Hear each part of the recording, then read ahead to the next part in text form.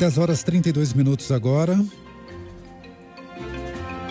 Nossa convidada aqui na CBN, nesse programa especial de cobertura do segundo turno, é Vera Magalhães, nossa comentarista, colunista do jornal O Globo. Vera, bem-vinda, bom dia, tudo bem? Oi, Fernando, bom dia para você, para os ouvintes, para quem nos acompanha por imagens nas plataformas aí de vídeo.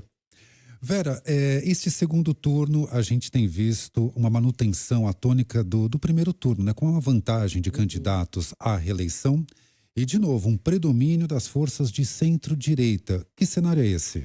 Pois é, um cenário surpreendente, né, Fernando? A gente costuma dizer que eleições municipais não são um preditor claro do que vai acontecer nas eleições nacionais seguintes, mas elas apontam um caminho, apontam como o país está pensando.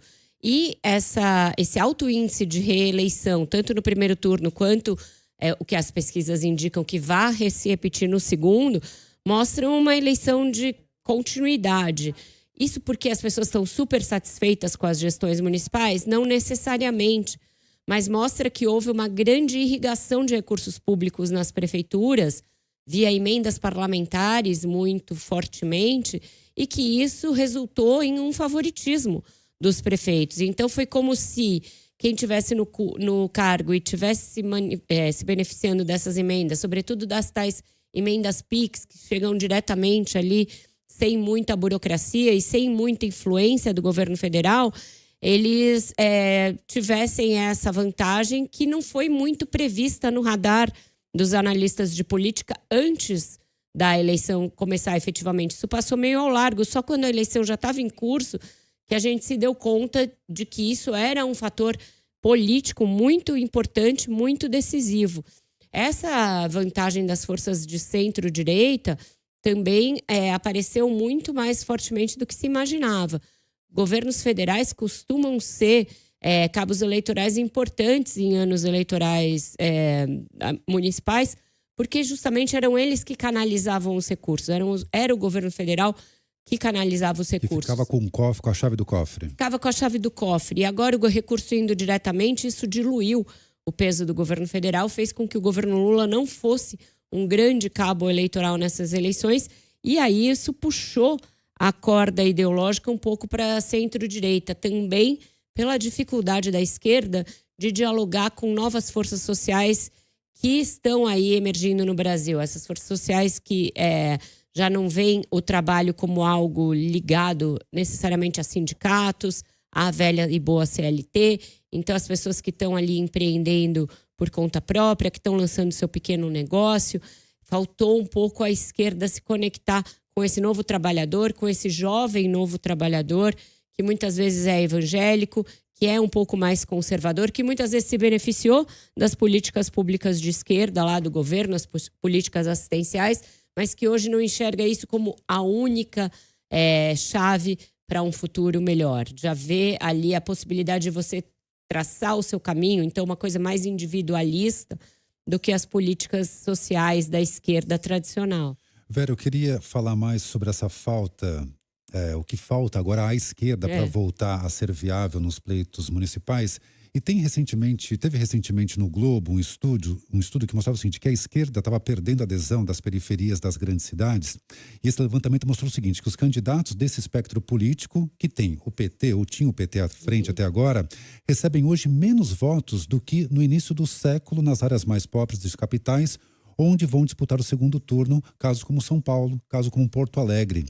E essa análise leva em conta os bairros com os piores índices de desenvolvimento humano, IDH. Por que isso tem ocorrido e o que se deve essa desconexão que a gente está vendo que está sendo evidenciada nas urnas agora?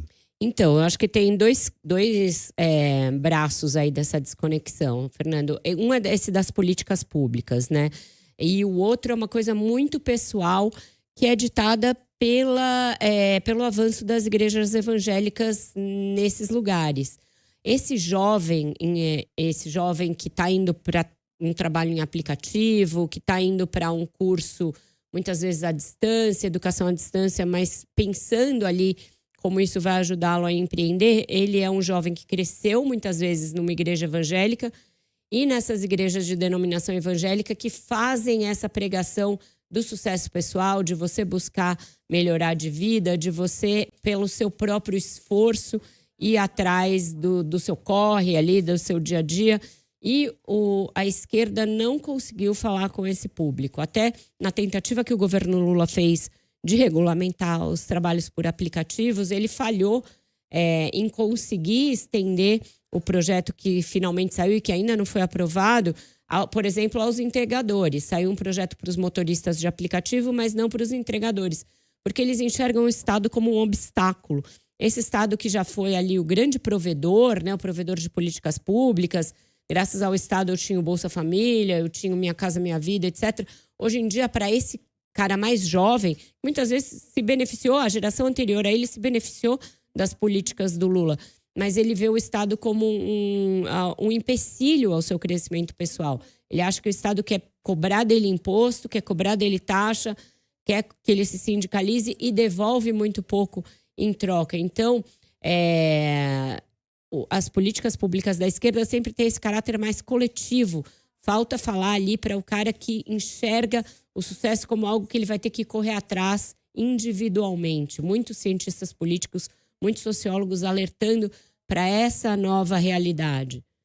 Me lembrei daquele discurso do Mano Brown 2018, quando o Lula estava preso. Né? Exatamente. Ele fala assim, o PT parou, não conseguiu mais dialogar com a periferia, abriu um baita espaço. Quem pegou esse espaço? Muitas vezes uma igreja evangélica. Muitas vezes uma igreja evangélica, muitas vezes uma liderança conectada às redes sociais, que fala bem para esse jovem que está com um aplicativo para tudo, desde para trabalhar até para o seu lazer. Ele faz isso por meio do telefone celular. E aí um cara de direita ali, sem nenhum tipo de formação política, como o Pablo Marçal, mas que prega esses valores que muitas vezes não são nem de direita, eles são reacionários mesmo, ele tem uma entrada enorme, porque ele está falando para o cara que ele vai prosperar, que ele vai vencer pelos próprios esforços, que o governo só não precisa atrapalhar a vida dele. Então, esse discurso tem muita aderência com esse novo jovem que está na periferia. E essa periferia votou um pouco com essa cara, um pouco ainda o Guilherme Boulos conseguiu reverter um pouco dos votos do Lula, mas também tem uma chegada de políticas públicas do Nunes, aqui no caso de São Paulo, que fez muita obra emergencial, sem licitação, e pequenas obras em pequenas localidades dessa periferia mais remota. Isso acabou tendo um peso também. Então, a entrega da política pública ainda tem peso nessas localidades, mas até nisso o PT perdeu aquela massa que ele tinha, porque o Nunes chegou nessas localidades em que ele já era muito forte por ser vereador, por ser oriundo ali do fundão da Zona Sul. Então, o PT perdeu em duas frentes aqui em São Paulo, o PT e o PSOL, né? Que o Boulos é do PSOL, mas teve o apoio do PT. Tanto nas entregas de políticas tradicionais, quanto ao falar com esse jovem empreendedor, que aí o Marçal entrou muito forte. E na reta final a gente viu o candidato do PSOL, Guilherme Boulos, tentar dialogar com esse eleitor trabalhador informal, que era um foco do candidato derrotado do PRTB, Marçal. Conseguiu, Vera? Olha, eu acho que até pode ter conseguido um pouco. Ele cresceu agora nessa última semana, conseguiu diminuir a diferença em relação ao Nunes, mas isso foi muito tardio.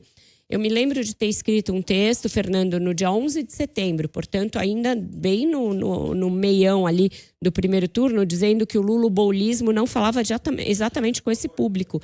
Eu me lembro de ter sido chamada a atenção por um apoiador ali do Boulos, que falou, olha, parece que o Boulos tem alergia a CNPJ, que ele não conseguia falar para quem queria ter a sua pequena empresa, a sua microempresa, que só queria falar com aquele trabalhador tradicional, o da CLT, o do sindicato, etc. Então, acho que foi meio tarde demais e insuficiente para conter uma rejeição muito grande pessoal do candidato, né? Ele teve sempre uma rejeição na casa ali do 48%, 52%, o que para muitos analistas, cientistas políticos, é um fator quase impeditivo de uma eleição. Vera, ainda de volta aqui à necessidade agora da esquerda dialogar com outros públicos, a presença maior do presidente Lula nas cidades em que o PT lançou candidatos ou apoiou outros, você acha que poderia ter mudado esse quadro? Alteraria alguma coisa? Olha, eu temo que não, Fernando. E isso é uma coisa sobre a qual o Lula vai ter que se debruçar. porque ele esteve aqui em São Paulo, ainda que não fisicamente muitas vezes, mas veio no lançamento da campanha, veio no encerramento da campanha no primeiro turno, e a presença dele nos programas de TV foi muito firme, muito grande. O que ele fez com que o PT despendesse de recursos do fundo eleitoral com o Boulos foi um recorde, foi maior do que em qualquer outra eleição, em qualquer outra cidade. Então, não me parece que tenha sido falta de mais Lula. E aí isso vai levar a uma reflexão da esquerda e do PT pela necessidade de novas lideranças, de renovação dessas lideranças e de que o Lula vá saindo paulatinamente de cena para dar chance a esses novos líderes para se firmarem. A direita parece ter mais líderes mais jovens e mais carismáticos do que a esquerda hoje. Muito bem. Vera, a gente tem aqui agora a participação em São Paulo do repórter Leonardo Svaric. Ele acompanha o candidato à reeleição, Ricardo Nunes. Oi, Léo, sua informação.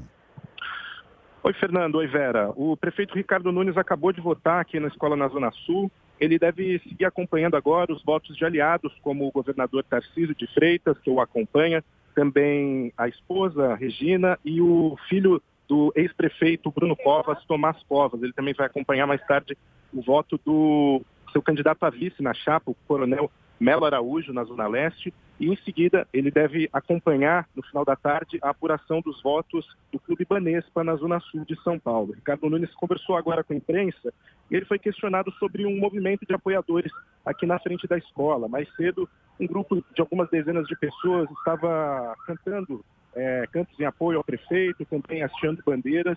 Isso é considerado boca de urna pela Justiça Eleitoral, por isso a PM veio inclusive até o local para dispersar essa manifestação. Ricardo Nunes disse que isso não foi um movimento arquitetado pela campanha dele. Ele disse inclusive que orientou a campanha a não distribuir santinhos, a não fazer esse tipo de ação, mas esse grupo estava aqui reunido. Ele disse que foi um movimento espontâneo dos eleitores.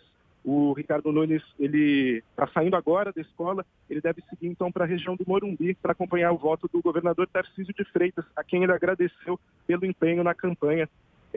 Tarcísio foi inclusive o principal padrinho político, né, do Ricardo Nunes nessa campanha para a reeleição de São Paulo. Ele deve agora seguir acompanhando e mais tarde acompanha a apuração dos votos no Clube Banespa junto com o governador inclusive. Obrigado. Essas informações do Leonardo Svaric na capital paulista. Vera, aqui em São Paulo, a vantagem de Ricardo Nunes se dá sem muita convicção, digamos assim, do eleitor de que ele é um candidato ideal. Inclusive, 63% dizem votar nele por não ter um candidato melhor. O que significa isso, Vera? Significa que, primeiro, essa não é uma eleição com viés de mudança, né? Como foram algumas das anteriores, Fernando. E isso é ruim para o Boulos, porque ele fez o tempo inteiro um discurso de que precisaria mudar. Então as pessoas entenderam que mudar poderia ser mudar para pior. E isso é fatal para um candidato que vem com um discurso mudancista. E aí isso nos remete de novo à rejeição do candidato. Ele foi um candidato que foi muito bem em 2020, e isso deu ao PT e ao PSOL a esperança de que esse recall seria o suficiente para levar o Boulos a vencer a eleição, não se dando conta de alguns fatores. Aquela eleição de 2020 era uma eleição absolutamente atípica, no auge da pandemia, sem campanha de rua, sem um candidato bolsonarista, porque o Bolsonaro vivia ali o seu pior momento. Então, o Bruno Covas, que era o candidato do PSDB e era o prefeito, foi um candidato também de oposição ao Bolsonaro. Então, tinha 2 candidatos de oposição ao Bolsonaro. Isso tornou a campanha muito mais leve do que foi essa campanha agora. Permitiu que o Boulos também tivesse um discurso mais leve, até porque ele não poderia atacar o Bruno Covas, que fez uma campanha com câncer. E ele estava careca, estava ali bastante debilitado fisicamente, não daria nem para... Então, ele foi naturalmente um candidato mais suave, e a rejeição dele ficou bem ali adormecida naquele momento. Passados 4 anos, a campanha da centro-direita do Nunes resgatou aquela ideia de que o Boulos era um radical, de que ele era, no passado, um radical do movimento de moradia. E mesmo tentando fazer uma suavização da imagem, isso não foi suficiente para baixar como precisaria a rejeição do Boulos. Então, mesmo o Nunes sendo zero carismático, tendo nenhum magnetismo pessoal, ele se beneficiou dessas entregas da prefeitura graças a um grande volume de obras emergenciais e é esse fato de que, na percepção do eleitor, poderia ficar pior do que estava. Então, eles dizem, eu vi muita gente, motorista de aplicativo, manicure, pedicure, a gente faz esse nosso data pessoal ali para saber, eu vou votar nesse que já tá, sabe? Essa coisa assim, as pessoas às vezes nem sabem o nome do prefeito, não sabem quem ele é, mas falam, vou votar nesse que já tá porque rejeitam o outro. Então, era uma eleição difícil para ele, porque não tinha esse viés de mudança, nem em São Paulo, nem no resto do Brasil. A coisa da continuidade foi muito forte. E a rejeição pessoal dele levou a que isso também falasse, tudo bem, não gosto muito do que tá, mas eu vou votar nesse mesmo. E os adversários exploraram muito isso, essa questão do Boulos nessa campanha, não? Então, essa coisa uma marca. Ficou como uma marca nas sabatinas que a gente fez aqui na CBN, a gente tocou nisso. Ele disse que é muito orgulhoso do passado dele, mas não conseguiu se dissociar dos momentos em que o movimento de moradia teve uma postura mais aguerrida, inclusive em confrontos com a polícia, em confrontos com as gestões da época. Então, essa contradição permaneceu. E o fato de que ele não tem experiência administrativa, isso também foi muito explorado pelo Nunes, foi explorado até pela Tabata, que depois veio a apoiá-lo, o negócio de que se o Lula apoia porque nunca deu um cargo para o Boulos. Então, acho que se coloca aí para ele, para o futuro, uma dúvida do que ele vai fazer se ele quiser tentar novamente a prefeitura. Ele vai precisar passar por um ministério, por exemplo, do Lula. Ele vai precisar ir para o PT e sair do PSOL, que é um partido ainda à esquerda do PT no espectro político. Então, acho que tem aí uma necessidade de reconfiguração política do Guilherme Boulos, caso... É sempre importante a gente dizer isso, né? Pesquisa é um indicativo, mas não é certeza do que vai vir nas urnas. Mas caso se confirmem as pesquisas e o Nunes seja reeleito, talvez seja necessário uma coisa mais de longo prazo de reposicionamento da imagem do Guilherme Boulos. Deixa eu só voltar numa questão que você falou anteriormente, de que a direita hoje tem mais líderes do que a esquerda. Quem que a esquerda tem como líder? Pois o Boulos é uma delas, é uma liderança que a esquerda pensa em projetar para o futuro. Mas ele tem um problema aí que a gente está vendo de rejeição que tem que ser enfrentado. O Lula já teve isso, uma rejeição muito grande que conseguiu ser suavizada ao longo de sucessivas campanhas. E o Lula fala muito isso para o Boulos. Olha, eu já perdi muita eleição, não desista, tenha isso em mente que perder a eleição nos prepara para o futuro. Mas aí precisa ser uma construção que não pareça fake para o eleitor. Que não pareça que ele está suavizando a eleição e sorrindo, a imagem e sorrindo e mudando de roupa só às vésperas da eleição. E houve, por exemplo, uma grande confusão. No primeiro turno ele num tom bem mais baixo, no segundo turno já tentou soar mais incisivo. Então tem que ter um ajuste, uma modulação que seja de longo prazo. Uma liderança de esquerda que emerge dessa eleição claramente é o João Campos, prefeito de Recife. Que é já uma centro-esquerda, né? Não é tão esquerda quanto o Boulos, que é alguém que compreende muito a linguagem das redes sociais, diferentemente de outras lideranças de esquerda. Da mesma maneira, a Tabata Amaral, bem mais ao centro, né? Mais ao centro até que o próprio João Campos. É uma jovem liderança com potencial de almejar voos mais de longo prazo aí, mas não tem ninguém tão carismático, por exemplo, e aí isso não tem nada de elogio, mas o carisma existe, por exemplo, como um Nicolas Ferreira, como um Pablo Marçal, capazes de falar com um grande contingente de pessoas sem ter necessariamente nenhuma ideologia política muito clara, mas apelando a esses valores morais, a valores ali reacionários e que tem uma força. O Nicolas Ferreira é super jovem e está levando nas costas praticamente a candidatura do Bruno Engler lá em Belo Horizonte, muito mais que o Jair Bolsonaro. É um cara que depende muito mais do Nicolas, o Bruno Engler, do que do próprio Jair Bolsonaro. Então essa renovação estridente da direita é muito maior do que a renovação da esquerda. E você citou o João Campos, a gente estava conversando mais cedo com o Elielson Lima, que é o comentarista da CBN, de política da CBN do Recife. Você estava acompanhando, inclusive. Eu estava acompanhando. Ele falou assim, o João Campos foi fazer campanha em Natal, Fortaleza, Belém, Campina Grande, gravou para João Pessoa, ou seja, além de vencer muito bem o primeiro turno na Prefeitura do Recife, ainda virou um cabo eleitoral importante no Norte e no Nordeste. E sendo muito jovem, né, Fernando? É difícil a gente imaginar que ele vá dar um salto e já almejar um voo nacional, até porque a idade nem permite. uma candidatura presidencial, por exemplo, em 2026, mas permite ao governo do estado. Lá a governadora de Pernambuco, Raquel Lira, tem ali uma relação muito difícil com a Assembleia Legislativa. Imagino que teria dificuldade caso ele se lance candidato ao governo. Mas ele parece querer ir construindo essa liderança regional, e aí até saindo um pouco dos limites do Nordeste para ir à região Norte, onde as forças de direita ganharam um peso muito grande. E isso sinaliza para o PT, para uma alternativa ao PT, né? Essa ideia das pessoas de que o Lula é o único líder da esquerda. O pai do João Campos já tentou desafiar o Eduardo Campos, mas foi colhido pelo desastre que ceifou sua vida lá em plena campanha em 2014.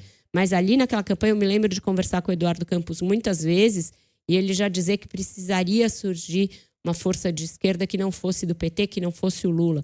Então era aquilo que ele buscava naquele momento. Talvez o filho retome a trajetória interrompida do pai.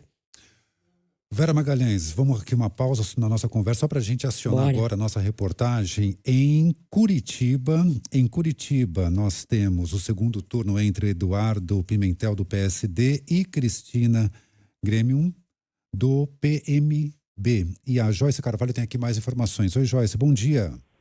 Bom dia, Fernando. Bom dia, Vera. Bom dia a todos. Bom, aqui em Curitiba a votação bastante tranquila, o clima da cidade está tranquilo, apesar de um segundo turno, de uma campanha no segundo turno bastante acirrada e também bastante equilibrada. Agora, ontem, na verdade, na divulgação da última pesquisa Quest, encomendada pela RPC-TV, afiliada da Rede Globo por aqui no Paraná, houve um pouco de descolamento do candidato Eduardo Pimentel, do PSD, que é o atual vice-prefeito da cidade, e da Cristina Grêmio, do PMB, tendo uma manutenção, então, nos índices, praticamente uma manutenção nos índices, nas intenções de voto. Então, a Quest mostrou com a totalização, do total de entrevistados, o Eduardo Pimentel com 50% das intenções de voto e Cristina Grêmio com 38%. Se considerarmos os votos válidos nessa metodologia que a Quest, inclusive, explicou e nós já trouxemos aqui na rede CBN, fica 55% para Eduardo Pimentel e 45% para Cristina Grêmio. A Cristina Grêmio é a primeira mulher a ir ao segundo turno na história aqui da eleição em Curitiba. Ela ainda não votou, a programação é para daqui a pouco, às 11h30 da manhã, em um dos principais colégios de Curitiba, um dos principais locais de votação também, que é o Colégio Estadual do Paraná.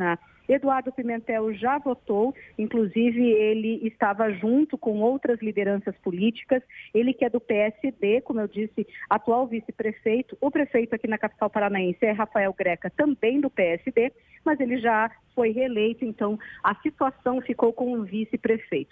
O Eduardo Pimentel tem o apoio do PSD por aqui, do governador Ratinho Júnior, que é do PSD também, o próprio governador já votou mais cedo, dessas autoridades políticas foi a primeira, aliás, a votar logo 8 horas da manhã no tradicional bairro aqui de Curitiba de Santa Felicidade, e ele comentou sobre essa campanha, dizendo que agora no segundo turno houve um maior equilíbrio, inclusive na apresentação das propostas.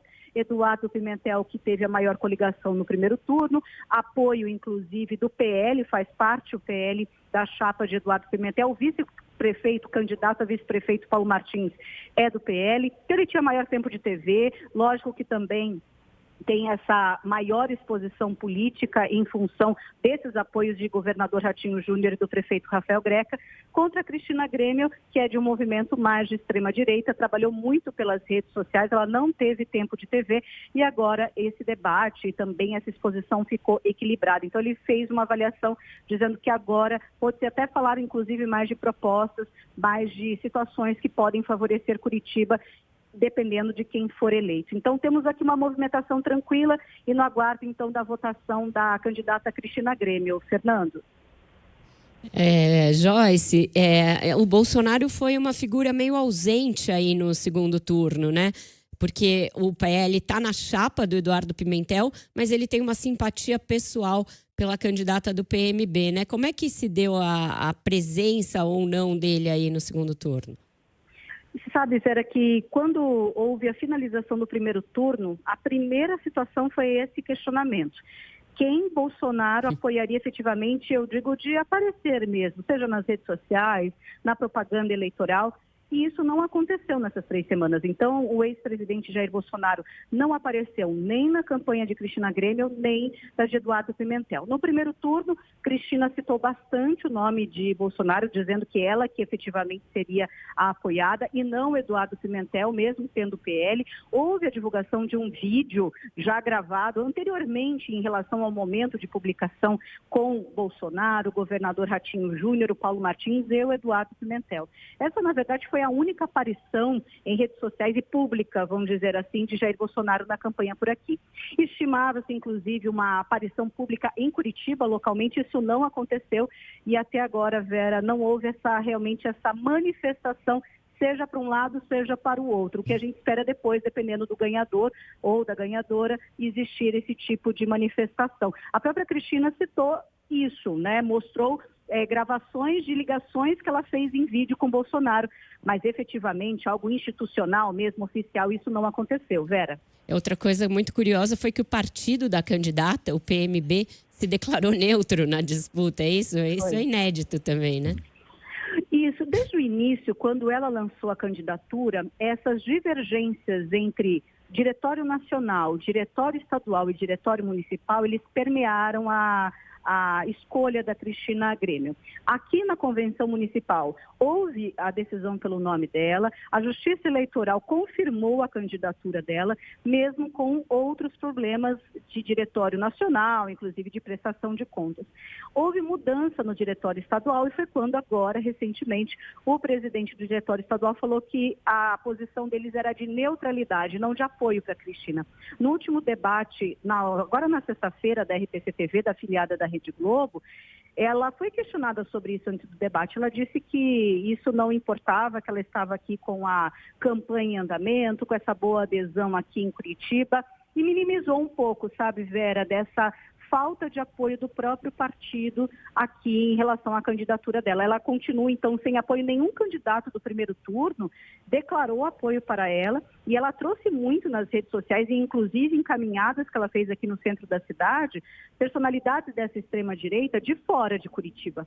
Houve várias aprovações, vários vereadores eleitos desse mesmo movimento dela para a Câmara de Curitiba. O Pablo Marçal apoiou, não? Mas a gente tem essa situação toda por aqui de falta de apoio em relação a ela, Vera. Ô Joyce, tem uma questão que repercutiu, eu achei bem interessante, foi o seguinte, que teve uma proposta da Cristina que foi de pagar uma passagem de ônibus por quilometragem rodada. Então a figura que pega o ônibus mais longe na periferia e vai para o centro pagaria mais. Como é que repercutiu isso aí? Então, Fernando, essa foi realmente uma das abordagens que mais repercutiu no segundo turno por aqui. Curitiba, para o ouvinte entender, tem um sistema integrado, Curitiba e região metropolitana. Quem pega, por exemplo, o ônibus no sul da cidade, e ele pode, com a mesma passagem, chegar até a outra ponta no norte da cidade e até na região metropolitana, fazendo integrações com a mesma passagem. Hoje o valor da tarifa aqui em Curitiba é de R$6. Então, nós temos esse contexto. Existe, lógico, como em várias cidades, muitos questionamentos a respeito do valor da tarifa, do custeio dessa passagem, e aí na campanha sempre aparece esse tema do transporte coletivo. Desta vez, a Cristina Grêmio colocou em seu plano de governo a cobrança por quilômetro rodado. Ela afirma que a passagem seria mais baixa, ela baixaria a tarifa base, vamos dizer assim, e que a pessoa que fizesse esse exemplo de trajeto que eu trouxe para vocês, ela continuaria pagando os R$6 ou alguma diferença, mas não seria R$25, R$45, como a campanha de Eduardo Pimentel chegou a falar que ela gostaria com essa proposta. Eduardo Pimentel diz que vai manter o sistema e que vai colocar alguns tipos de tarifa parcial em situações, por exemplo, no final de semana aqui em Curitiba, ou para quem for procurar emprego, ele daria uma parte da tarifa, vamos dizer assim. Então, em vez de cobrar R$6, ele cobraria R$3 do usuário que estivesse nessas situações, tá? Mas a Cristina Grêmio, ela manteve, ela falou que muito insistiu quando vinha esse tema para que olhasse o plano de governo, que ela nunca disse que se somaria as passagens 6 mais 6 mais 6, e sim ela faria diferenciações nesse trajeto com valores diferenciados, que não seria uma soma do que hoje é cobrado aqui em Curitiba. Esse foi um tema bastante polêmico na campanha por aqui, viu, Fernando? Tá certo, Joyce. Muito obrigado. Bom trabalho para você aí em Curitiba. Obrigada. Um abraço para todos vocês. Bom domingo, boa votação. Igualmente, essa Joyce Carvalho falando com a gente diretamente de Curitiba, 11h01.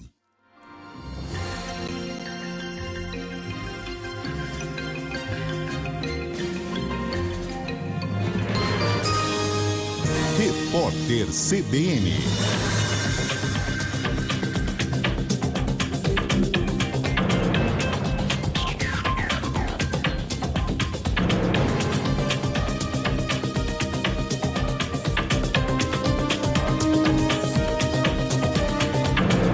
Domingo, 27 de outubro de 2024. O ministro da Fazenda, Fernando Haddad, disse que se envolveu com a campanha política para as eleições municipais desse ano o tanto quanto lhe foi demandado. O ex-prefeito de São Paulo apareceu em poucas agendas públicas ao lado do candidato do PSOL, Guilherme Boulos. Os eleitores que estiverem fora da cidade cadastrada como domicílio eleitoral podem justificar a ausência no segundo turno de forma digital ou presencial. Pelo e-título, a justificativa pode ser feita durante o horário de votação, das 8 horas da manhã até as 5 da tarde. Presencialmente, só não vai haver instalação de mesas de justificativa em municípios com menos de 100 mil eleitores. Caso não apresente a justificativa no dia da votação, os eleitores podem justificar a ausência às urnas em até 60 dias. 2 jogos encerram amanhã a 31ª rodada do Campeonato Brasileiro. O Cuiabá enfrenta o Corinthians às 7 da noite. Às 9, o joga contra o Bahia. Ontem, o líder Botafogo venceu o Bragantino por 1-0 e abriu 3 pontos de vantagem para o vice-líder Palmeiras, que empatou em 2-2 com Fortaleza. Nos outros jogos da rodada, o Flamengo venceu o Juventude por 4-2, o Grêmio venceu o Atlético Goianiense por 3-1, o Vitória ganhou do Fluminense por 2-1, o Atlético Paranaense derrotou o Cruzeiro por 3-0, o Internacional venceu o Atlético Mineiro por 3-1, e Criciúma e São Paulo empataram em 1-1. No horário de Brasília, 11h04. Repórter CBN. As principais notícias do dia, a cada meia hora.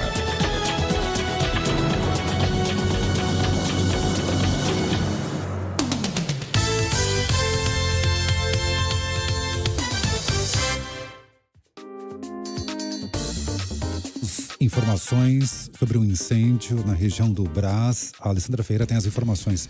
Ale, é grande esse incêndio? É grande, Fernando. São 40 homens e 12 viaturas do Corpo de Bombeiros que tentam apagar as chamas desse incêndio que acontece na rua Doutor João Alves de Lima, no Brás, na altura do número 174.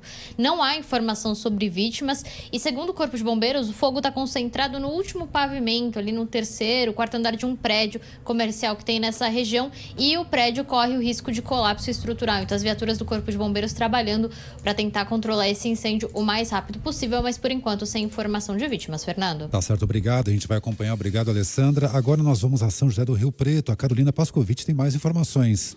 Bom dia para você, Carol. Fernando, bom dia para todos que nos acompanham. Olha, aqui em Rio Preto, eleição muito tranquila. Nós temos o Fábio Cândido, do PL, e Itamar Borges, do MDB, nessa disputa. Eles que vêm travando uma batalha neste segundo turno, e apesar de Fábio Cândido ter ficado em primeiro lugar no primeiro turno e aparecer em primeiro também nas pesquisas feitas aqui na cidade, ainda assim está muito indefinida a votação aqui em Rio Preto, porque Itamar Borges, do MDB, subiu muito nas últimas pesquisas e a diferença de percentual entre eles acabou caindo bastante nos últimos dias. E independente de quem vença por aqui, teremos um novo prefeito depois de 24 anos, que não seja Edinho Araújo, que é o atual prefeito, que comandou a cidade em 4 mandatos alternados, e Valdomiro Lopes, que comandou por 2 mandatos consecutivos. Além disso, também já é uma novidade a gente ter um segundo turno, porque é algo que não ocorria há 16 anos em Rio Preto. Como eu disse, está muito tranquilo por aqui, os colégios eleitorais muito tranquilos, nenhuma urna quebrada até o momento, apesar de ter urnas aí para substituição. Tudo certinho. E aqui em Rio Preto, mais de 347 mil, exatos 347.900 eleitores estão aptos para votar neste dia 27, Fernando. Tá certo, obrigado. Essas as informações de Carolina Pascovitch, em São José do Rio Preto. Rádio CBN, ZYD 800, FM 90,5 MHz, São Paulo. Na internet, cbn.com.br, em nosso aplicativo e nas plataformas de podcasts.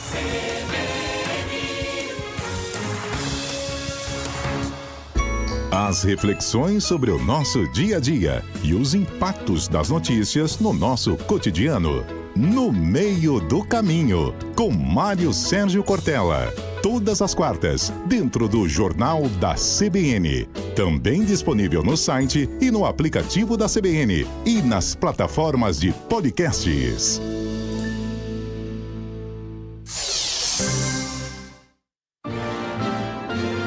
CBN, na cobertura das eleições. Nós voltamos com este programa especial na cobertura do segundo turno em todo o país e vamos a Fortaleza agora. A Bruna Lira acompanhou a votação do candidato Evandro Leitão do PT. Oi, Bruna, bom dia.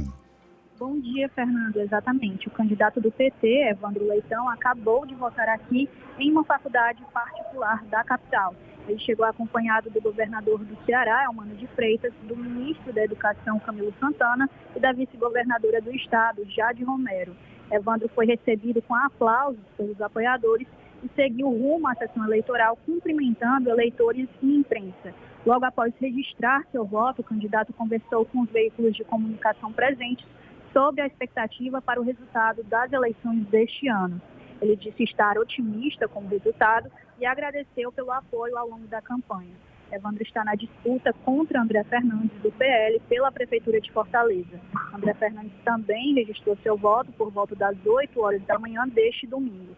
Ele chegou acompanhado no local de votação da esposa e de um assessor. No local, ele também atendeu a imprensa e tirou fotos com eleitores. Fernando. Tá certo, obrigado. Essa é a informação da Bruna Lira, com o panorama agora em Fortaleza. Vera Magalhães com a gente aqui no estúdio hoje, conversando com você, ouvinte, sobre esse segundo turno. E é interessante o que está acontecendo em Fortaleza, né, Vera? André Fernandes do PL, André Fernandes do PL terminou no primeiro turno com 40,20%. O Evandro Leitão teve 34,33% dos votos. E na pesquisa da Datafolha de ontem, o André Fernandes está com 51% dos votos válidos contra 49% do Evandro Leitão. Tecnicamente empatados. É uma boa disputa, interessante essa, não? É uma disputa imprevisível, Fernando, a mais imprevisível entre as capitais. E é uma disputa direta entre PT e PL, numa cidade importante, né? Fortaleza é uma das maiores cidades do país. É uma cidade historicamente governada pela esquerda. Ali se revezam há muitos anos políticos do PT ou do PDT, PSB, a depender de que partido na época a família Ferreira Gomes estivesse. E agora o rompimento dessa aliança de muitos anos entre PT e os Ferreira Gomes, com a família também se dividindo, alguns dos irmãos de Ciro Gomes mantendo ali a proximidade com o ex-governador, atual ministro Camilo Santana, e o Ciro Gomes isolado do outro lado, levou a uma divisão da esquerda, com a derrota do prefeito José Sartori, que ficou em 4º lugar no primeiro turno, e agora essa imprevisibilidade total e a possibilidade de a extrema-direita vencer na cidade, porque por mais que o André Fernandes tenha tentado, nessa reta final, se dissociar do Jair Bolsonaro, ele é um bolsonarista clássico, deputado federal muito ligado à ala mais estridente do bolsonarismo, e será ali uma derrota muito séria para a esquerda, caso se configure isso que o Datafolha mostra. Não dá para dizer, não dá para prever, a esquerda tem chegada em Fortaleza, já houve nas eleições recentes momentos em que a direita esteve na frente, a esquerda conseguiu virar na chegada, tanto na eleição municipal de 20, quanto na eleição estadual de 2022. Então, lá não dá para fazer nenhum prognóstico, mas é uma eleição que todo mundo está olhando e que vai ser cujo resultado vai ser, sim, nacionalizado. E o André Fernandes tem muito daquele perfil que a gente falava anteriormente aqui logo no começo da nossa conversa, sobre quando existe um vácuo e quem acaba preenchendo esse vácuo, porque o André Fernandes é esse candidato bolsonarista, jovem, 26 anos, uma forte presença nas redes sociais, fazendo jingles ali virais, etc. e tal. Esse é o perfil, né? Exato, e o Nicolas Ferreira, que é mineiro e que tem esse mesmo perfil, também foi lá, fez campanha para ele. Então, é esse perfil também de exaltação de pautas reacionárias, anti-identitarismo, anti-pautas feministas. Ele chegou a dizer que daí que o número de feminicídios era muito alto, que homens também estavam morrendo, etc. Então, é essa direita orgulhosa desse discurso mais reacionário, exatamente, Fernando. Vera, outra disputa importante, Goiânia, vamos lá. O José Bonfim acompanhou o candidato Sandro Mabel, do União Brasil. Ô, José Bonfim, bom dia para você. Ótimo dia para você, Fernando, a Vera, todo mundo que acompanha aqui a programação. Sandro Mabel voltou mais cedo em uma escola aqui da região sul da capital. Ele estava acompanhado do governador Ronaldo Caiado, do mesmo partido, União Brasil, que o apoia, do vice-governador Daniel Vilela, do MDB, e da candidata a vice, tenente-coronel Cláudia Lira, do Avante.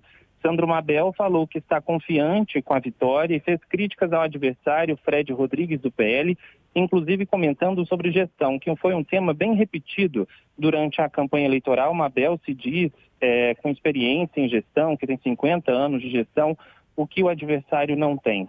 O que temos percebido aqui é que, como essa eleição na capital goiana tem sido colocada como uma disputa entre grupos da direita, a gente até destacou mais cedo, né? Aqui os dois candidatos se posicionam à direita ou à extrema-direita. Então, há essa leitura de que esses grupos aqui na capital, essa eleição aqui em Goiânia, muitos desses grupos estão de olho lá em 2026, justamente porque o governador Ronaldo Caiado já se coloca como pré-candidato à presidência da República em 2026 e desde então, desde que ele tem anunciado isso, é percebido um afastamento de Ronaldo Caiado do ex-presidente Jair Bolsonaro. Bolsonaro está aqui em Goiânia, vai também acompanhar a votação de candidatos no interior de Goiás e mais cedo, durante a entrevista, ele comentou sobre esse distanciamento dele com Caiado. Citou que Caiado rompeu por 4 momentos com ele, principalmente na pandemia de Covid-19, e que em todos os momentos isso aconteceu porque Bolsonaro simplesmente discordou da opinião de Caiado, foi o que o ex-presidente disse durante essa entrevista. Sobre a campanha aqui em Goiânia, Bolsonaro falou que Caiado escolheu o candidato errado. Vamos ouvir um trecho. O bicho complica, né? Não vim aqui para peitar o cara, muito pelo contrário, eu o respeito, tá? Mas é uma pessoa que ele deve ter sua estratégia também e ele sabe que é mortal Goiânia para ele. Mortal na polícia, bem claro. Se ele perde aqui, ele perde talvez uma eleição em 2026? Ele perde, ele perde uma força muito grande, né? Ele é um governador bem avaliado aqui. E agora ele escolheu mal o candidato dele, né? O biscoito, é inimigo dele. O da rosquinha, inimigo dele. Aquela briga no Salão Verde, ele apanhando um deputado lá, eu tava lá no Salão Verde, por coincidência, né? E sempre, não é trocar o farpas, né? Ronaldo Caiado foi questionado hoje pela manhã também, enquanto acompanhava a votação de alguns candidatos, a respeito dessas falas do ex-presidente Jair Bolsonaro. Caiado preferiu dizer que só vai dar respostas sobre essas falas e também sobre a pré-candidatura em 2026, às 6 horas da noite, no Palácio das Esmeraldas, sede oficial do governo aqui do estado, e também onde ele deve acompanhar a apuração dos votos após o fechamento das urnas. Lembrando que as últimas pesquisas aqui de Goiânia, a pesquisa Quest, por exemplo, divulgada ontem, mostra Sandro Mabel, do União Brasil, apoiado por Caiado à frente, com 54% das intenções de votos. A gente for avaliar aqui apenas os votos válidos. E Fred Rodrigues, do PL, apoiado por Jair Bolsonaro, tem 46% das intenções de voto. Antes de finalizar, só aproveitando a participação, o Tribunal Regional Eleitoral divulgou agora há pouco as informações preliminares desse dia de votação aqui em Goiânia, em Goiás, 3 cidades com segundo turno. Disse que não houve ocorrências da segurança pública e 7 urnas foram trocadas. 5 aqui na capital e outra em Aparecida e também uma última em Anápolis. Fernando? Tá certo, obrigado. A Vera tem uma pergunta aqui. Não, eu queria só ressaltar essa divergência do Bolsonaro com governadores, Fernando, e também nosso repórter, porque ele tem aí nos governadores uma sombra, né? A ele próprio. Ele não pode ser candidato em 2026 e muitos desses governadores de direita queriam herdar esse espólio. Então ele está fazendo esse combate como uma maneira de fazer uma barreira de contenção às pretensões nacionais desses líderes, e isso aconteceu com o Caiado. Ele tinha uma mágoa já do Caiado por ter questionado muitos dos procedimentos dele durante a pandemia, aproveitou para ir à forra contra o governador goiano nessa eleição. Então isso ficou muito evidente e não dá para deixar de ver ali o termo debochado que ele usa ao citar o candidato do governador lá em Goiânia, né? Então tem isso dele tentar segurar as pretensões nacionais do Ratinho Júnior, do Zema, do Caiado e até do Tarcísio, né? Aqui também ele não quer ouvir falar em candidatura nacional do Tarcísio, não. Agora, outra questão, José Bonfim, é que na sexta-feira o Gustavo Gayer, do PL, foi alvo de uma operação da Polícia Federal que apura suspeitas de desvio de verbas públicas para financiar os atos golpistas de janeiro. E isso repercute de que forma aí nas campanhas? Sandro Mabel, do União Brasil, e até mesmo o próprio governador Ronaldo Caiado, nos últimos dias de campanha, aproveitaram esse fato para tentar descredibilizar ali todas as propostas e o que Fred Rodrigues, do PL, vinha fazendo. Já Fred Rodrigues e seus apoiadores falam de perseguição política e também intensificaram aquelas críticas que já são comuns às ações da Polícia Federal e, principalmente, teve como alvo o Supremo Tribunal Federal e o ministro Alexandre de Moraes. Hoje, pela manhã, durante a visita aqui à capital, enquanto acompanhava a votação de Fred Rodrigues, Jair Bolsonaro, inclusive, fez um breve comentário a respeito dessa operação. Disse que sim, ela pode trazer impactos negativos no resultado aí da votação de Fred Rodrigues, e também fez críticas ali diretas ao ministro Alexandre de Moraes, citando outros exemplos em que decisões do ministro prejudicaram, vamos dizer assim, candidatos ou integrantes do PL ou outros integrantes políticos da direita aqui no país. Fernando. Tá certo, obrigado. Essas informações de José Bonfim, em Goiânia. Bom trabalho para você aí, Bonfim. Agora são 11h19. Vamos saber a situação agora em Porto Alegre. Yasmin Luz tem aqui mais informações. Yasmin, bom dia. Oi, bom dia para ti e para todo mundo que nos acompanha. Sebastião Melo, atual prefeito e que busca a reeleição pelo MDB, está votando neste momento na Escola Estadual de Ensino Fundamental Paraíba, no bairro Aberta dos Morros, na zona sul de Porto Alegre. Sebastião Melo, que passou a noite em um hotel e antes das 8 horas da manhã tomou um café e começou uma série de entrevistas, que terminou um pouquinho antes dele ir votar na zona sul da capital. Em seguida, segundo a agenda do candidato, ele tem mais entrevistas presenciais a veículos de imprensa em Porto Alegre. Sobre a apuração, ele vai acompanhar de forma reservada em um hotel no Centro Histórico. Após o resultado, Sebastião Melo vai conceder uma entrevista coletiva prevista a partir das 6 da tarde, acompanhado da primeira-dama e da candidata a vice-prefeita Betina Worm. Em caso de vitória, celebração será realizada após a coletiva na Zona Norte de Porto Alegre. A outra candidata, Maria do Rosário, do PT, começou o dia às 7 horas da manhã com um café da manhã no chalé da Praça 15, acompanhada de dirigentes partidários e apoiadores, entre eles os ex-governadores do estado, Olívio Dutra e Tarso Genro. Na sequência, a candidata deixou o chalé e seguiu para os estúdios da Rádio Gaúcha aqui em Porto Alegre, onde concedeu entrevista às 9h20 da manhã. Votou no Colégio Murialdo, participou participou de mais entrevistas e agora acompanha o voto de sua vice, Tamires Filgueira.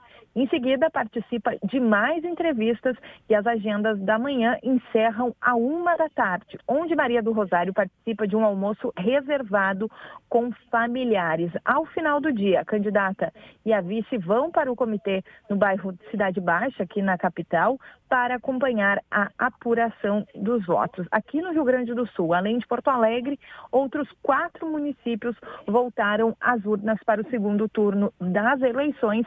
São 2.161.413 eleitores aptos a votar. E os candidatos às prefeituras das 5 cidades gaúchas com segundo turno já votaram. A maioria deles concedem entrevistas aos veículos nessa manhã e à tarde acompanham os resultados. Eu volto com vocês aí no estúdio. Perfeito, obrigado. Yasmin Luz, com informações de Porto Alegre. Vera Magalhães, vamos falar um pouquinho sobre essa disputa lá em Porto Alegre. Sebastião Melo com a Maria do Rosário do PT. Maria do Rosário que correu quase que sozinha, né? Porque o presidente Lula acabou não aparecendo muito, não chegou aí até lá, acabou ganhando parte dos votos de quem terminou em terceiro, que foi a candidata Juliana Brizola, que apoiou agora nesse segundo turno. Eu até falava mais cedo com a apresentadora da Rádio Gaúcha lá, Kelly Matos, que ressaltava o alto índice de rejeição da Maria do Rosário. Eu também me socorri da Kelly Matos, que para mim é das melhores analistas ali da política gaúcha. Quando começou a campanha em Porto Alegre, eu comecei a ver o prefeito muito bem nas pesquisas, a despeito da tragédia que teve lá, né, Fernando? E que em boa parte foi agravada pelo fato de que as contenções, as chuvas não funcionaram. E aí ela me alertou já desde o início da campanha para esse fator, de que a Maria do Rosário é muito rejeitada em Porto Alegre e que o PT fez uma escolha de candidata ruim para um momento que poderia ser bom para o partido, porque o Lula destinou muitos recursos a Porto Alegre e ao Rio Grande do Sul, criou um ministério especial para enfrentar a crise. Então, um candidato petista com outro perfil poderia se beneficiar dessa presença do governo federal durante o momento mais grave ali da tragédia. Mas pesou contra ela essa rejeição que ela teve, até que o fato de ir ao segundo turno para ela foi bom, porque não ficou com uma derrota tão acachapante diante de um prefeito que teve o que teve e ainda assim se reelegeu. E faltou muito pouco para o Sebastião Melo não vencer no primeiro turno. 49,72%. Faltou pouquíssimo, um fio de cabelo. E agora esse favoritismo gritante. Mesmo os votos da terceira colocada não foram capazes de inflar a votação da Maria do Rosário por conta dessa rejeição, mas para ela ter ido ao segundo turno, né, não ter ficado em terceiro lugar, como chegou a haver uma possibilidade, e ter tido essa chance de fazer essa segunda parte da disputa, foi ali um prêmio de consolação, digamos assim. E o Lula não participou realmente, não quis ficar colado a essa derrota, mas a primeira-dama Janja gravou para ela e fez ali uma participação nessa reta final, também como uma maneira de desagravo. Maria do Rosário ficou muito marcada pela briga que ela teve com Jair Bolsonaro. E hoje em dia Porto Alegre e o Rio Grande do Sul estão à direita, né? Já foram um estado e uma capital muito de esquerda, muito petistas, mas recentemente tem votado muito à direita, e essa briga com o Bolsonaro contribuiu para essa altíssima rejeição que a deputada tem. Vera, uma outra questão que eu queria conversar com você é o seguinte: na região amazônica acontecem 4 disputas de segundo turno em capitais e todas elas devem ser vencidas por candidatos ou de direita ou de centro. A exceção vai ser Belém, porque lá o candidato do governador Helder Barbalho conseguiu evitar a eleição de um extremista bolsonarista, que é o delegado Éder Mauro, um dos mais estridentes deputados da bancada bolsonarista em Brasília, e havia uma chance dele vencer, mas o candidato do governador reagiu. Então ali vai ter um de centro, é o único de centro. Nas outras capitais onde acontecem disputas de segundo turno, tem várias delas em que tem disputa de 2 bolsonaristas, para ver quem é mais bolsonarista, para ver quem é mais extremista, e também no primeiro turno em Rio, a derrubada ilegal de árvores, etc., as queimadas. Então, o governo federal vai ter que olhar para a região amazônica e entender por que não está conseguindo convencer o eleitor de que preservação ambiental, de que manter a floresta em pé, de que explorar os ativos da biodiversidade de uma maneira consciente, de uma maneira sustentável, são o melhor caminho para a região norte, para a região amazônica, inclusive em termos econômicos. Por que que isso não está podendo chegar? Ano que vem tem COP. Sim. Tem COP lá, a gente tinha um risco de ter na capital da COP um extremista de direita que é negacionista da mudança climática, negacionismo da agenda ambiental. Então, pelo menos em Belém se conseguiu conter isso, mas o resultado do vetor ali ideológico da região norte é muito preocupante para a ministra Marina e para o governo federal. Bom ponto. Vera, eu queria falar um pouquinho sobre partidos e tentar entender aqui o papel do PSD. A gente já falava isso no primeiro turno e agora o PSD que desbancou o MDB depois de 20 anos com mais prefeituras. E agora já é o partido com mais prefeitos no país. E ainda tem a capital, Belo Horizonte, o Fadno manda o PSD, que pode ter mais um. Se vencer, aí chega a 4 capitais, é o dobro do que conseguiu em 2020. Ou seja, é força política e articulação de Gilberto Kassab, que está de olho já na campanha de 2026, provavelmente com Tarcísio de Freitas. Que estratégia, o que dá para prever sobre o PSD daqui para frente, Vera?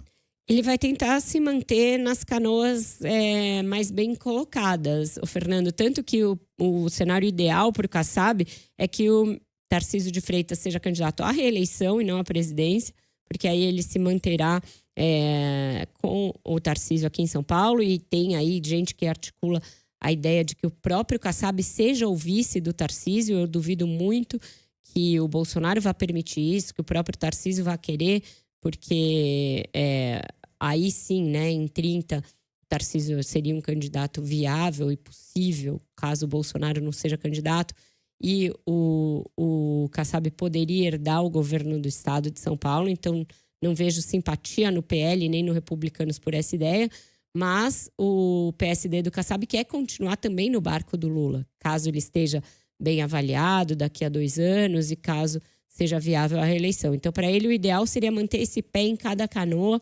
uma nacional, o PSD tem 2 ministérios, e outra aqui estadual com o Tarcísio, e aí se firmando como uma força regional, municipal e estadual importante para justamente justificar ser uma noiva cobiçada tanto pela direita quanto pela esquerda. Vera Magalhães, Vera, acho que passamos por todas. Que demos um bom percurso aí de tudo, né? Estamos prontos para votar. Estamos. Vera Magalhães, muitíssimo obrigado. Tem muito trabalho ainda pela frente. Até a próxima. Bom trabalho hoje. Até a próxima. Bom trabalho para você, Fernando. Bom voto a todos. E mais tarde eu devo fazer uma nova entrada aqui na programação da CBN, quando a gente tiver já a apuração em andamento. Até lá. Obrigado. Vera Magalhães, comentarista da CBN, colunista do jornal O Globo. Agora 11h30.